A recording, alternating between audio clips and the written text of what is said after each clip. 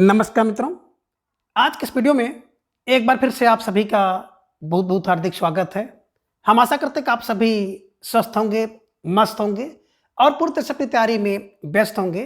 तो मित्रों, आज के इस वीडियो में हम हिंदी साहित्य इतिहास के अंतर्गत राम काव्य से संबंधित कुछ महत्वपूर्ण और संभावित प्रश्नों को व्याख्यात्मक तरीके से हल करेंगे और उसके साथ ही इन्हें ट्रिक की सहायता से याद करने का भी प्रयास करेंगे। तो हम आशा करते हैं कि वीडियो आप सबके लिए बहुत ही महत्वपूर्ण होने वाला है, इसलिए इस वीडियो को आप लोग अंत तक जरूर देखें। चैनल पर नए हैं तो चैनल को सब्सक्राइब कर लें और उसके साथ ही अगर आपको थोड़ा सा भी उचित लगे तो इस वीडियो को अपने जो परिचित लोग हैं उनके पास भी शेयर करें।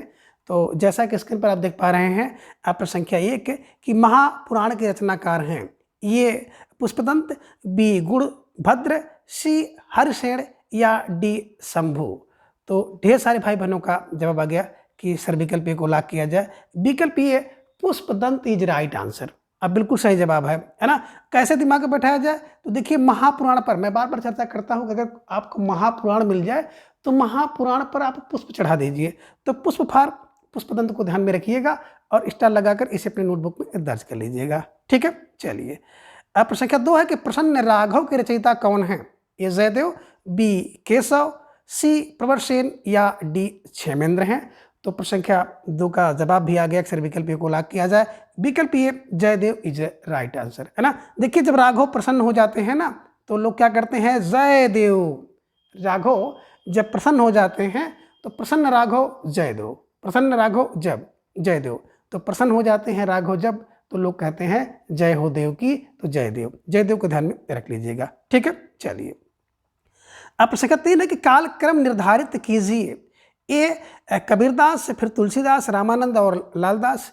बी कह रहे हैं कबीर, रामानंद, लालदास, तुलसीदास। सी में है रामानंद, कबीर, तुलसी और लालदास। और विकल्प डी में देख रहे हैं लालदास, कबीर, रामानंद और तुलसीदास। तो इसको अगर आप क्रम में मिलाएंगे तो बिल्कुल आपको सही समझ में आ जाएगा कि रामानंद सबसे पहले थे, है ना। इसके बाद कबीरदास, फिर तुलसीदास और इसके बाद लालदास हैं। तो ये ध्यान में रख लीजिएगा कि रामानंद, कबीर, तुलसी, लालदास, ये ध्यान में रखिएगा। तो जिन भाई बहनों ने विकल्प सी का चुनाव किया था, बिल्कुल सही जवाब और बेहद सुंदर तैयारी आप सबके यहाँ पर दिख रही है। तो निश्चित रूप से आप सब बधाई के पात्र हैं। ठीक है, चलिए आगे देखिए। आपको एक प्रश्न दिखाई दे रहा है प्रश्न संख्या 4 के रूप में कि राम कथा का प्राचीनतम ज्ञात स्रोत किस ग्रंथ में पाया जाता है? यानी कि राम कथा का प्राचीनतम ज्ञात स्रोत किस ग्रंथ में पाया जाता है? ए रामायण में, बी महाभारत में, सी विष्णु पुराण में या फिर डी शिव पुराण में। तो ढेर सारे भाई बहनों का जवाब आ गया। अक्सर विकल्प को लॉक किया जाए। रामायण इज राइट आंसर, है ना। देखिए मित्रों, आज की जो प्रश्नोत्तरी है और इन दिनों जिस प्रश्नोत्तरी को हम लोग कर रहे हैं, खासतौर से बड़े आसान टाइप के प्रश्न हैं और ये प्रश्न ऐसे हैं कि जो हम लोगों से छूट गए हैं। तो ऐसे प्रश्नों को भी देखना बहुत जरूरी होता है जो प्रश्न छोटे हैं, क्योंकि कभी कभी यही आसान वाले प्रश्न आ जाते हैं और हम लोगों के ऊपर भारी पड़ जाते हैं। तो ये भी आपको ध्यान में रखना है। राम कथा का प्राचीनतम ज्ञात स्रोत जो है रामायण है। ठीक है, चलिए। अब प्रश्न संख्या 5 है कि तमिल भाषा में रचित रामायण का क्या नाम है? यानी कि तमिल भाषा में रचित रामायण का क्या नाम है? ये आनंद रामायण, बी भास रामायण, सी कंब रामायण या डी है कृतवासी रामायण। तो जवाब आपको देना है प्रश्न संख्या 5 का। और ढेर सारे भाई बहनों का जवाब आ गया कि तमिल भाषा में रचित जो रामायण है वो कंब रामायण है। तो कंब रामायण को ध्यान में रखिएगा। और कैसे इसको दिमाग में बैठाएंगे तो आप एक मोटा मोटा क्लू बना लीजिए ना कि तमिल भाषा में जो लिखा गया रामायण है वो कम है, तमिल भाषा में कम रामायण है। तो कम को आप कंब रामायण बना लीजिएगा और इसे ध्यान में बैठा लीजिएगा। ठीक है, चलिए। अब प्रश्न संख्या 6 है कि अंगद पैज ग्रंथ के रचयिता हैं। ए अग्रदास, बी ईश्वरदास, सी सुंदरदास और डी है विष्णुदास। तो आपको जवाब देना था और ढेर सारे भाई बहनों का जवाब भी आ गया कि अंगद पैज, विकल्प B Ishwardas is right answer. ठीक है ना। और इनकी एक बड़ी महत्वपूर्ण रचना और आपने देखी होगी, सत्यवती कथा, है ना। तो सत्य है ईश्वर, ईश्वर सत्य है, तो सत्यवती ईश्वर दास की रचना है। और अंगज का पैज, अंगज पैज ध्यान में रखिएगा, ईश्वर का, अंगद का जो पैर है ना वो ईश्वर का दास है। तो बस ध्यान में रख लीजिएगा, अंगद का पैर ईश्वर का दास है, इसीलिए अंगद के पैर को जल्दी कोई उठा नहीं सकता है। तो बस ऐसे क्लू बना करके इसको अपने दिमाग में बैठाना है। ठीक है, चलिए। अब प्रश्न संख्या 7 आपके स्क्रीन पर आ गया कि अवध विलास के रचनाकार हैं। अब आपको जवाब देना है कि अवध विलास के रचनाकार कौन है। ये परशुराम देव, बी प्राणचंद्र चौहान, सी लालदास या डी अग्रदास। तो ढेर सारे भाई बहनों का जवाब भी आ गया कि अवध में विलास जो करता है ना वो लाल होता है। तो अवध में विलास करता है लाल, लाल फार लालदास को ध्यान में रख लीजिएगा। और आप लोग कहते भी ना कि अवध का लाल है, तो अवध का लाल इन्हीं की लालदास को ध्यान में रख लीजिएगा। ठीक है, चलिए अब प्रश्न संख्या 8 है कि मूल गोसाई चरित्र के रचनाकार का नाम बताइए। ये बेनी माधव दास, बी नंददास, सी नाभादास और डी है प्रिया दास। तो प्रश्न संख्या 8 का जवाब आपको देना था कि मूल गोसाई चरित्र के रचनाकार कौन है, और मैंने इसको ट्रिक से बताया था और ढेर सारे भाई बहनों का जवाब भी आ गया। अक्सर विकल्प को लॉक किया जाए, Beni Madhav Das is right answer, है ना। देखिए मूल गोसाई, अब जो गोसाई है, मूल गोसाई है ना, वो बेनी रखते हैं। बेनी माने आप चोटी से जोड़ लीजिएगा, जो गोसाई महाराज लोग होते हैं ना वो चोटी रखते हैं, बेनी रखते हैं। तो बस मूल गोसाई चरित्र बेनी माधव दास को ध्यान में रख लीजिएगा। ठीक है, चलिए अब प्रश्न संख्या 9 है कि हनुमान बाहुक के रचयिता हैं। अब हनुमान बाहुक के रचयिता कौन है।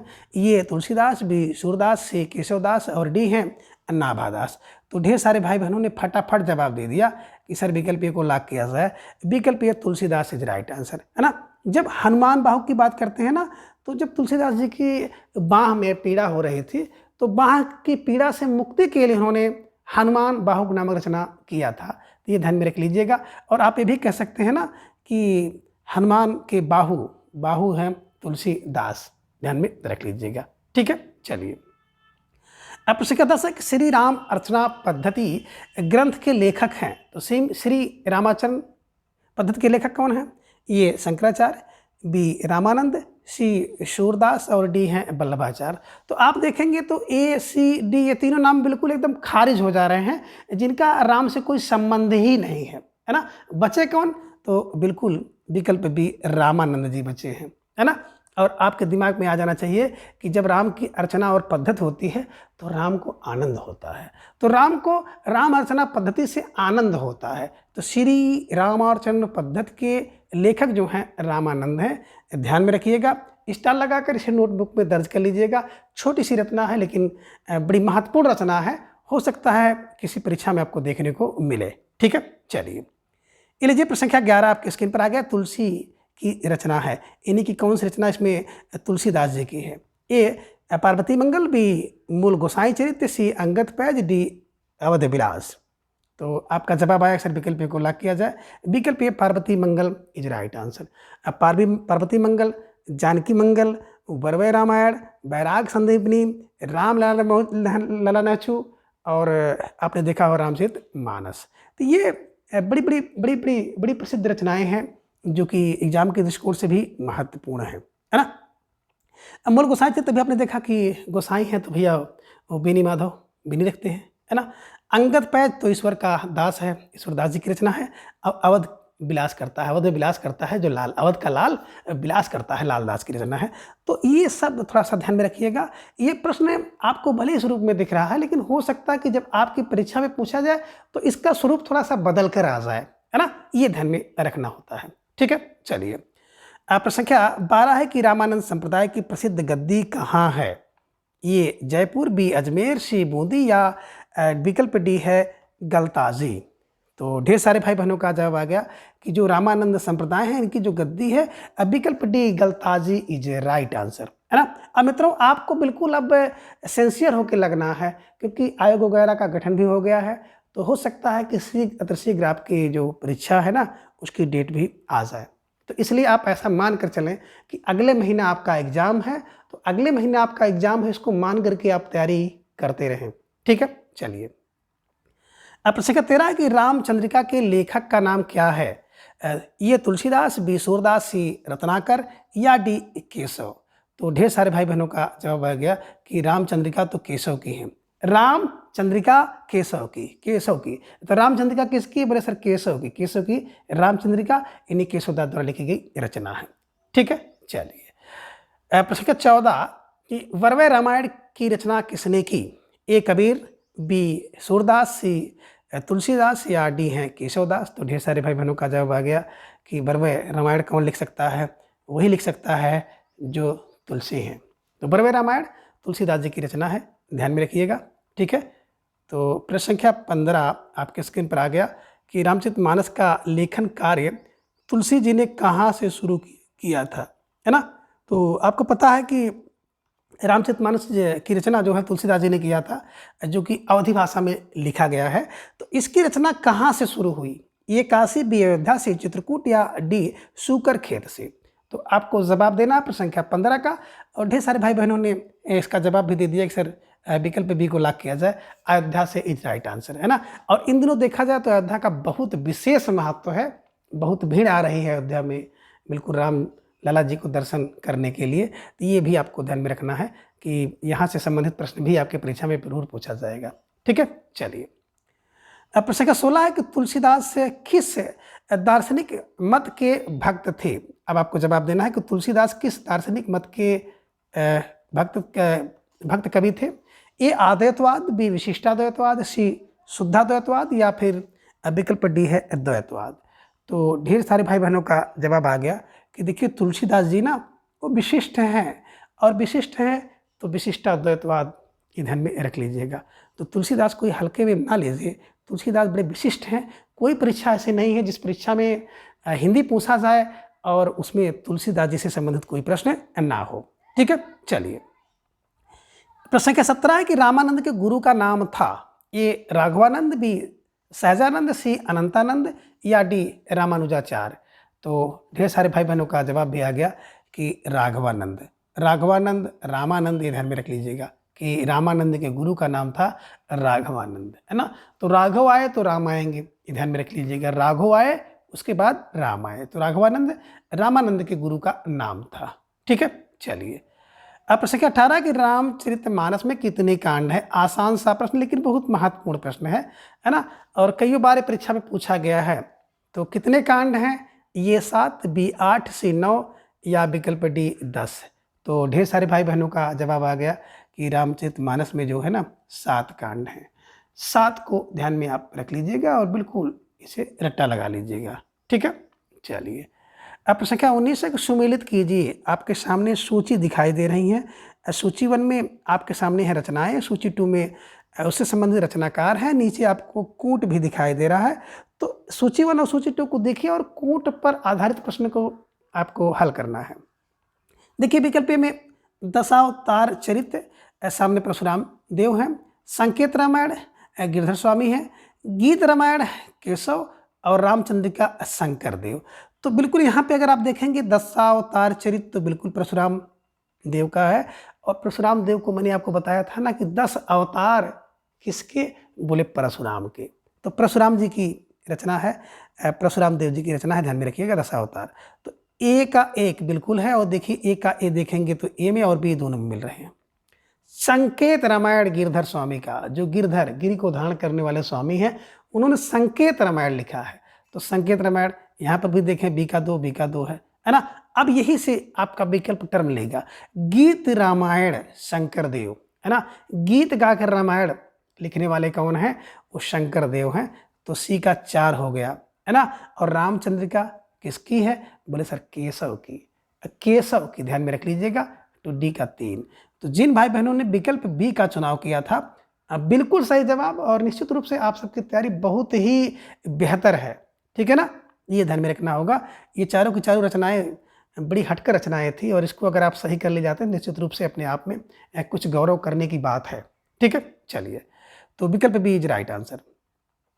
अब प्रश्न का 20 है कि तुलसी की किस रचना को आदिकाल से मुक्ति पाने के लिए माना गया है ना। इन्हीं की तुलसीदास जी ने किस रचना को काल से मुक्ति के लिए किया है, ये ध्यान में आप रख लीजिएगा। लोगों का मानना है कि कलिकाल से यानी काल के प्रभाव से मुक्ति पाने के लिए तुलसीदास जी ने एक रचना लिखी है, और वो रचना है कौन सी? ये विनय पत्रिका, बी कवितावली, सी हनुमान बाहुक या डी रामाज्ञा प्रश्न? अब आपको जवाब देना है, और ढेर सारे भाई बहनों का जवाब आ गया। सर विकल्प को ला किया जाए विनय की पत्रिका, है ना। विनय की पत्रिका यानी विनय पत्रिका ध्यान में रख लीजिएगा। तुलसीदास जी ने काल से मुक्ति पाने के लिए विनय पत्रिका लिखी। और आप लोग जानते होंगे ना, जब कोई व्यक्ति आपको बहुत परेशान करता है ना, आपके पीछे पड़ जाता है, तो उससे मुक्ति पाने के लिए हम लोग विनय करते हैं, भैया छोड़ दो, भगवान के लिए छोड़ दो, मालिक रहम करो भैया किसी तरह से। तो ये जो विनय हम लोग करते हैं मुक्ति पाने के लिए, ये मित्रों क्लू है। और इसी क्लू से आपको बैठाना है कि तुलसीदास जी कलिकाल से, यानी कि जब कलयुग का प्रवेश होता है तो कलयुग के प्रवेश से मुक्ति पाने के लिए उन्होंने भी विनय पत्रिका की रचना की, विनय किया, बस ध्यान में रख लेना है। ठीक है, चलिए। हनुमान बाहु को आप जान रहे हैं कि जब उनको बाह पीड़ा हुई थी तो हनुमान बाहु की रचना किया था। रामाज्ञा प्रश्न, किसी की आज्ञा मान करके रचना की गई थी। काशी के गंगादास जी थे और काशी के गंगादास जी की आज्ञा पर इन्होंने रामाज्ञा प्रश्न नामक रचना की थी, ये ध्यान में रखना होगा। ठीक है, तो फिलहाल बड़ा प्यारा प्यारा जवाब सबका आया था, विकल्प ए इज राइट आंसर। ठीक है, चलिए। अब प्रश्न क्या कैसे कि कालिदास का कौन सा ग्रंथ है जिसमें राम कथा का वर्णन है? ये मेघदूत, बी ऋतसंहार, सी रघुवंश, डी कुमार संभव। ये लीजिए, कालिदास संस्कृत के भाषा के बड़े प्रकांड कवि थे, है ना। तो जिनकी उपमा का बिल्कुल आप लोग बखान सुनते होंगे, उपमा कालिदास, है ना, भारवे अर्थ गौरव माघे संतरी होगा। तो ये कालिदास जी की कह रहे कौन सी रचना है जिसमें राम कथा का वर्णन है? मेघदूत, वीरत संहार, सी रघुवंश, डी कुमार संभव। तो ढेर सारे भाई बहनों का जवाब आया, ये लीजिए विकल्प सी रघुवंश इज राइट आंसर, है ना। बड़ा सुंदर जवाब आप सबका आया। इससे लग रहा है कि आप सबकी संस्कृत पर भी बड़ी मजबूत पकड़ है ना। इतने जो है गंभीर प्रश्न का उत्तर आप लोग बड़ा सटीक दे रहे हैं। ठीक है, चलिए। अब प्रश्न का 22 है कि राम तारक मंत्र के रचयिता हैं? ये राघवानंद, बी रामानुजाचार्य, सी कबीर, डी रामानंद। अब आपको जवाब देना है प्रश्न संख्या 22 का कि राम तारक मंत्र के रचयिता कौन है ना। और ढेर सारे भाई बहनों का आगे जवाब आ गया कि रामानंद। जब राम तारक मंत्र पढ़ा जाता है ना, राम का तारक मंत्र पढ़ेगा तो आनंद किसको होगा? राम जी को आनंद होगा, रामानंद को होगा। राम अर्चना पद्धति होगी तो रामानंद होगा, राम जी को आनंद होगा। राम की अर्चना पद्धति से राम जी को आनंद होगा। और राम तारक मंत्र कोई पढ़ेगा तो राम जी को आनंद होगा, तो रामानंद जी की रचना है। ये दो रचनाएं आप ध्यान में रख लीजिएगा। ठीक है, चलिए। अब प्रश्न का 23 है कि हनुमान नाटक किसने लिखा है? ये माधवानंद ने, बी राघवानंद ने, सी कबीर, डी हृदय राम। अब आपको जवाब देना है और ढेर सारे भाई बहनों का जवाब भी आ गया कि सर विकल्प डी को लॉक किया जाए। विकल्प डी हृदय राम इज राइट आंसर, है ना। हनुमान ने नाटक, हनुमान जी ने क्या किया? नाटक किया था। किसको? हृदय में राम को और सिया को। हृदय में राम और सिया को कौन रखते हैं? हनुमान ने रखते हैं, है ना। जब आपने सुना होगा ना कि क्या ताना मार दिया था, किसने मार दिया था, है ना। मैं आपने देखा होगा, क्या नाम उनका था, है ना, रावण के भाई का, जिन्होंने विभीषण ने ही तो ताना मारा था। तो विभीषण के ताना मारने पर उन्होंने अपने सेना को फाड़ के दिखा दिया था। ये लो, हृदय में राम, हनुमान ने दिखाया। तो हनुमान नाटक, हृदय राम, ये ध्यान में रखना है। मतलब एक क्लू है, इसी क्लू से आपको इस रचना को पकड़ना है और हमेशा के लिए पकड़ना है। ठीक है, चलिए।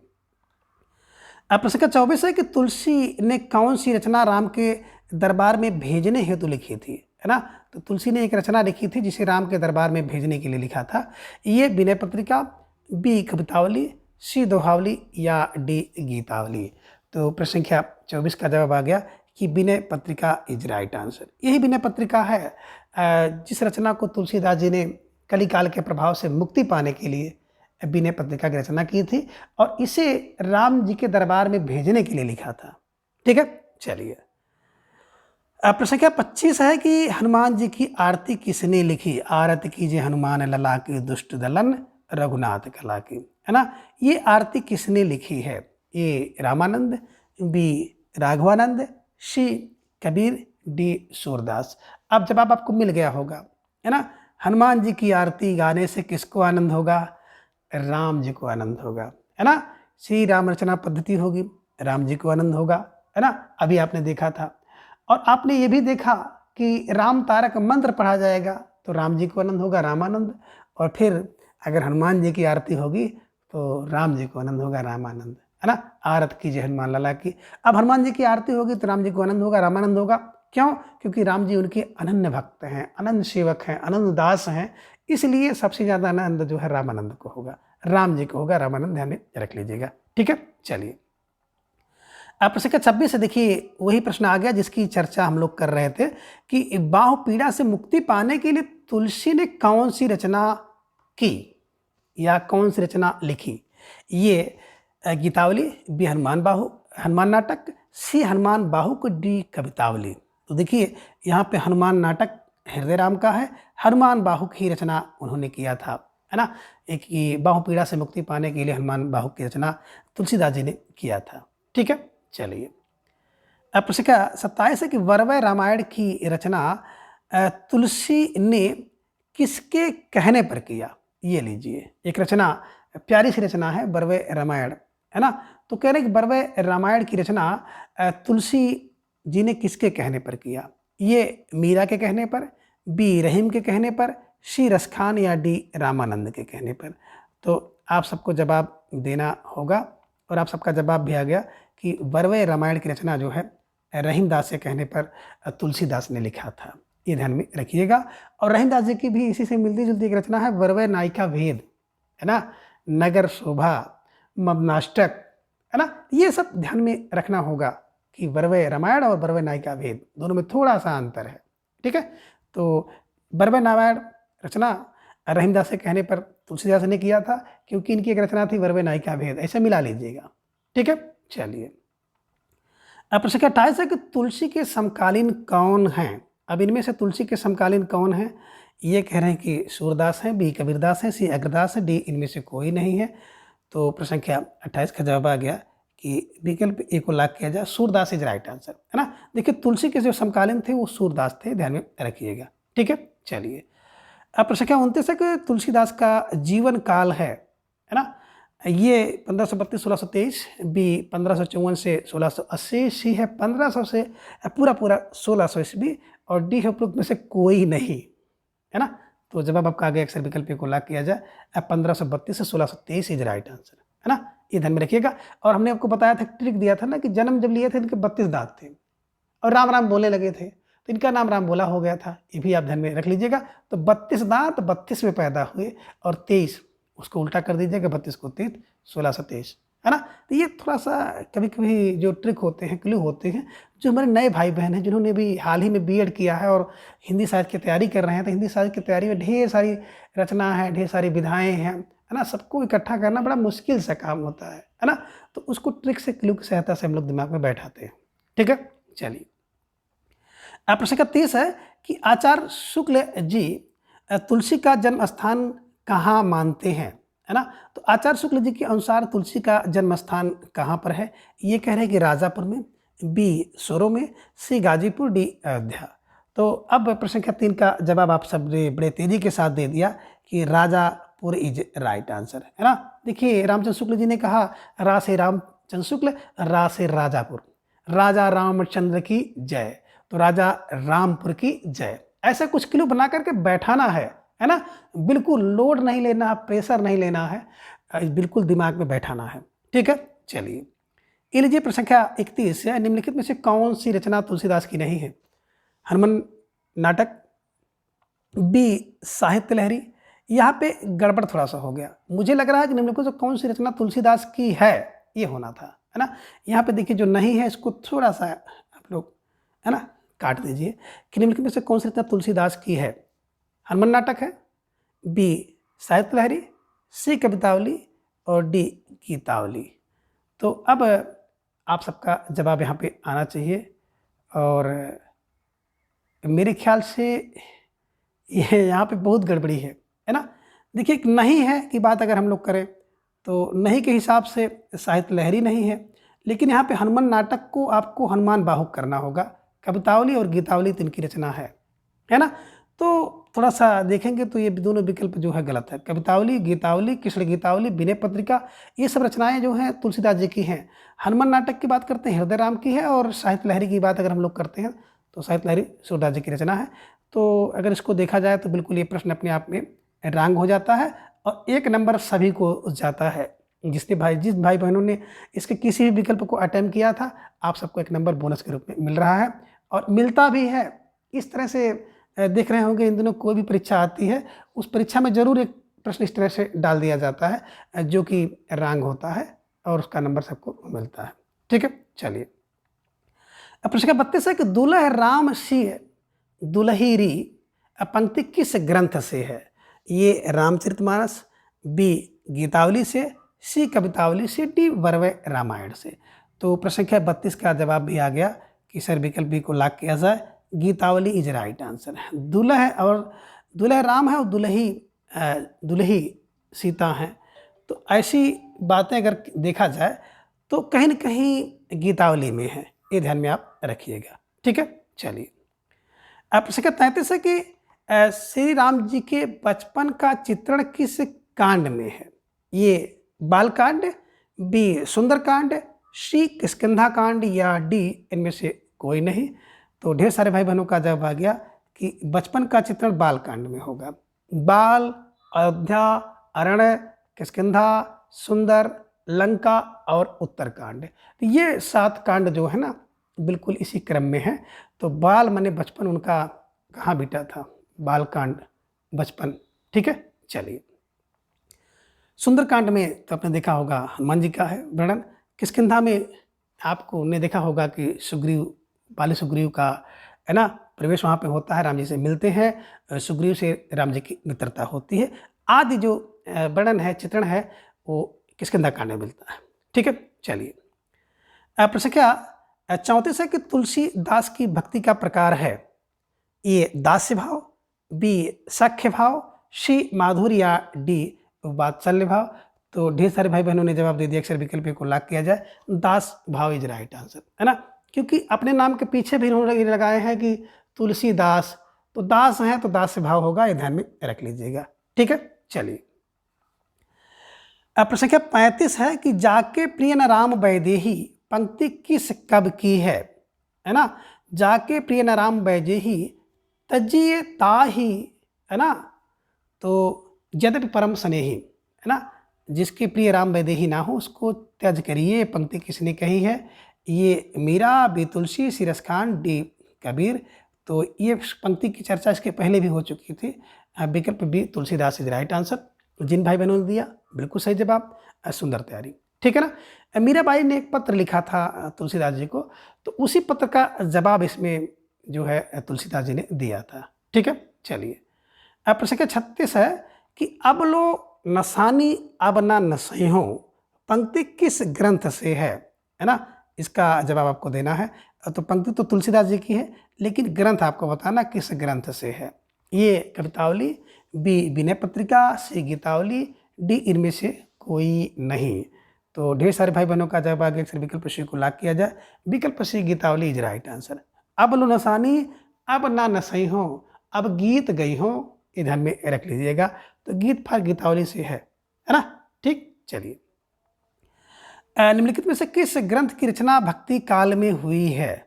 अब कौन सी रचना है जिसका रचना काल भक्ति काल में हुआ है ना। ये रामचरितमानस, बी साकेत, सी पंचवटी, डी कामायनी। तो ये तो बिल्कुल साफ साफ दिख रहा है कि सर विकल्प को लॉक किया जाए, Ramcharitmanas is right answer, Tulsidas ji की रचना है ना।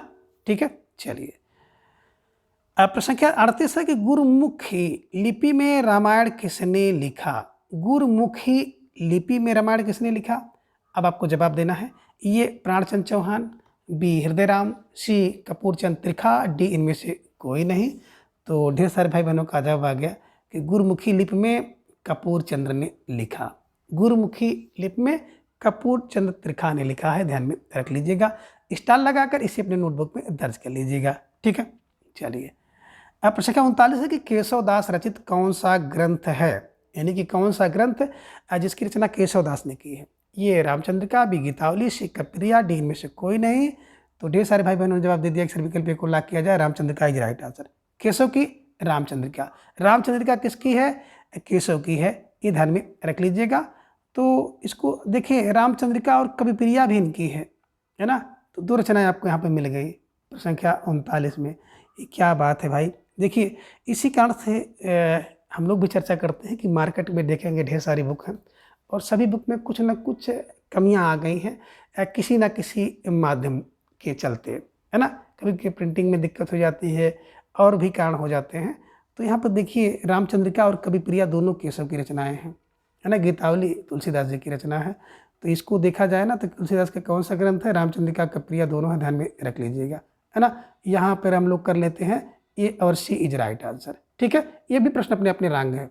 ठीक है, चलिए अब प्रश्न 40 है कि कृति भरत मिलाप, यानी कि भरत मिलाप के रचयिता कौन है। ये लालदास, बी ईश्वरदास, सी नाभादास, डी इनमें से कोई नहीं। तो ढेर सारे भाई बहनों का जवाब आ गया कि भरत का जो मिलाप होता है ना, ईश्वर का दास कराता है। भरत मिलाप आपने देखा होगा, और अंगद पैज, दो बड़ी महत्वपूर्ण रचनाएं हैं ईश्वरदास की। तो ये अंगद पैज ईश्वर के दास का है, और भरत मिलाप कौन कराता है, ईश्वर का दास। जो ईश्वर का दास होगा वही भरत से मिलाप कराएगा। तो ये ध्यान में रख लीजिएगा, ईश्वरदास इज राइट आंसर। अब प्रश्न 41 है कि तुलसी जी इनमें से किसके समकालीन थे, है ना। ये रहीम बी खान, सी नाभादास, डी ये सभी। तो ढेर सारे भाई बहनों का जवाब आ गया, सर विकल्प डी को लॉक किया जाए, ये सभी इज राइट आंसर, है ना। तुलसीदास के रहीम भी इनके साथ में थे। अभी आपने देखा था कि इनके कहने पर बरबर रामायण की रचना की। रसखान जी को सबसे पहले इन्होंने रामचरितमानस सुनाया था, ध्यान में रखिएगा। नाभा टोडर भी इनके समकालीन थे। ठीक है ना। अग्रदास, है ना, ये ध्यान में रखिएगा, नाभादास भी इनके समकालीन थे। ठीक है, चलिए तो विकल्प डी ये सभी इज राइट आंसर। प्रश्न 42 है कि रामचरितमानस का रचना काल है। अब आपको जवाब देना है कि रामचरितमानस का रचना काल, है ना, क्या है, यानी कि समय क्या है। ए 1550, बी 1555 ईस्वी, सी 1574 ईस्वी, या डी 1581। तो ढेर सारे भाई बहनों का जवाब आ गया कि सर विकल्प सी को लॉक किया जाए, 1574 इज राइट आंसर, है ना। जो रामचरितमानस है उसका रचना काल है 1574। ठीक है, चलिए अब प्रश्न 43 है कि अवध विलास किसकी कृति है।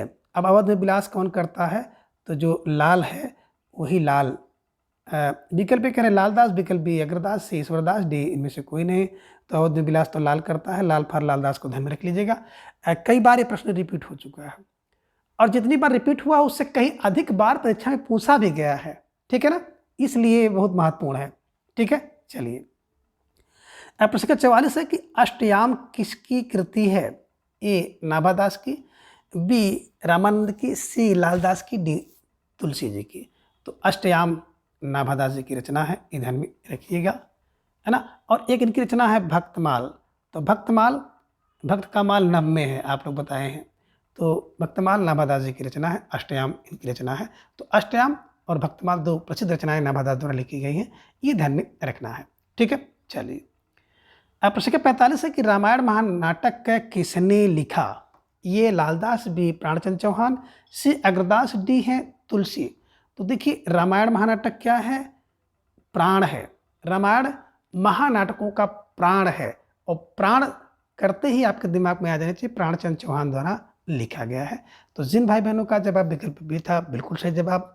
बेहद सुंदर तैयारी आप सबके यहाँ पर दिख रही है, निश्चित रूप से आप सब बधाई के पात्र हैं। ठीक है, चलिए अब प्रश्न 46 है कि किसने गीतावली के रचनाकार हैं। ये तुलसी, बी सूरदास, सी कबीर, डी रामानंद।